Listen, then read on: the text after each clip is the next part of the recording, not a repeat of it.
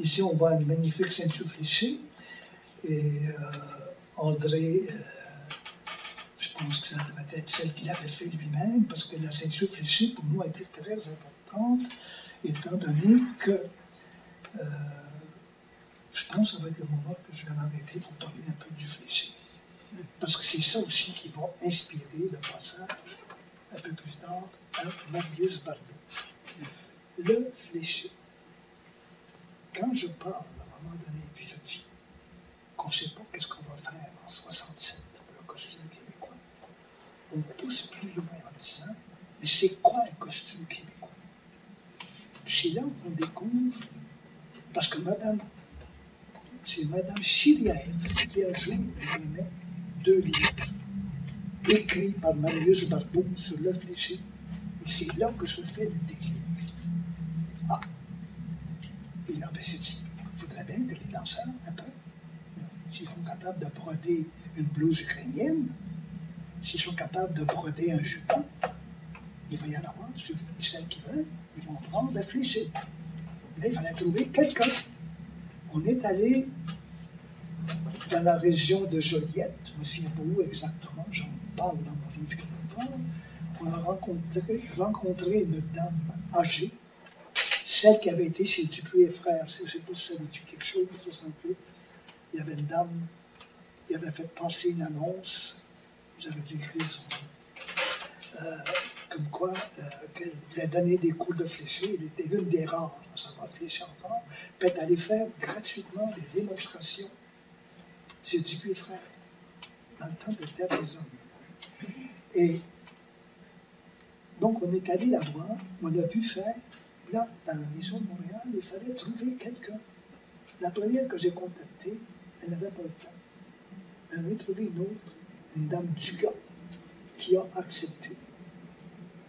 Quand j'ai écrit mon livre en 2012, je voulais faire valider les noms de mes premiers danseurs et danseuses qui avaient suivi ces cours-là, parce que moi, je n'avais pas pris mon nom. Je l'appelle. Là, la dame m'a dit, attendez une minute.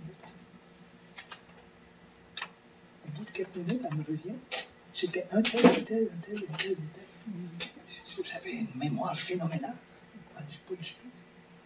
Elle dit, quand vous m'avez proposé de donner des cours, je tremblais comme une feuille. Les gens que vous m'avez envoyés, c'était mes premiers élèves. Je ne pouvais pas les oublier. Puis ça avait été un excellent départ. Évidemment, le fléché est adapté. Parce que on regarde celui que j'ai apporté ici, qui remonte à l'époque des Patriotes, qui a aussi une très belle histoire.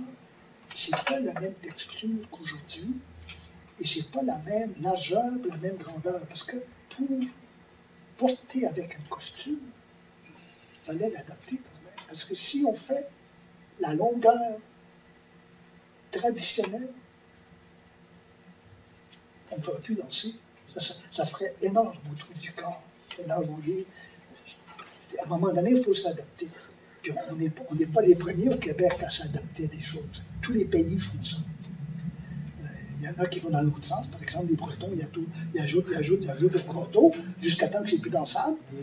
C'est l'histoire qui fait qu'on apporte des modifications. Alors donc, pour passer à travers les différentes étapes. Et puis on s'est mis aussi à enseigner à l'extérieur. J'ai Jean parmi nous ce soir, c'est lui qui s'occupe de l'aspect technique. C'est notre artisan qui a dansé au sortilège et qui a appris à faire du fléché et qui enseigne pour le centre. Et puis, ce que je peux aussi ajouter sur le fléché,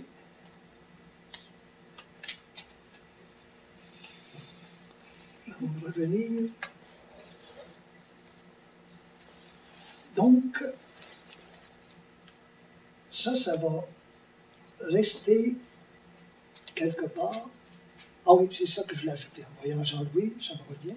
Je l'ai ajouté que parmi nos élèves, l'un des plus brillants, ça a été le fils de Jean-Louis, qui habite Québec, et qui, à chaque fois qu'on fait une exposition, Maurice, il nous prête des murales qu'il a fait. Parce qu'à un moment donné, on peut apprendre la version traditionnelle, mais on peut aussi être créatif.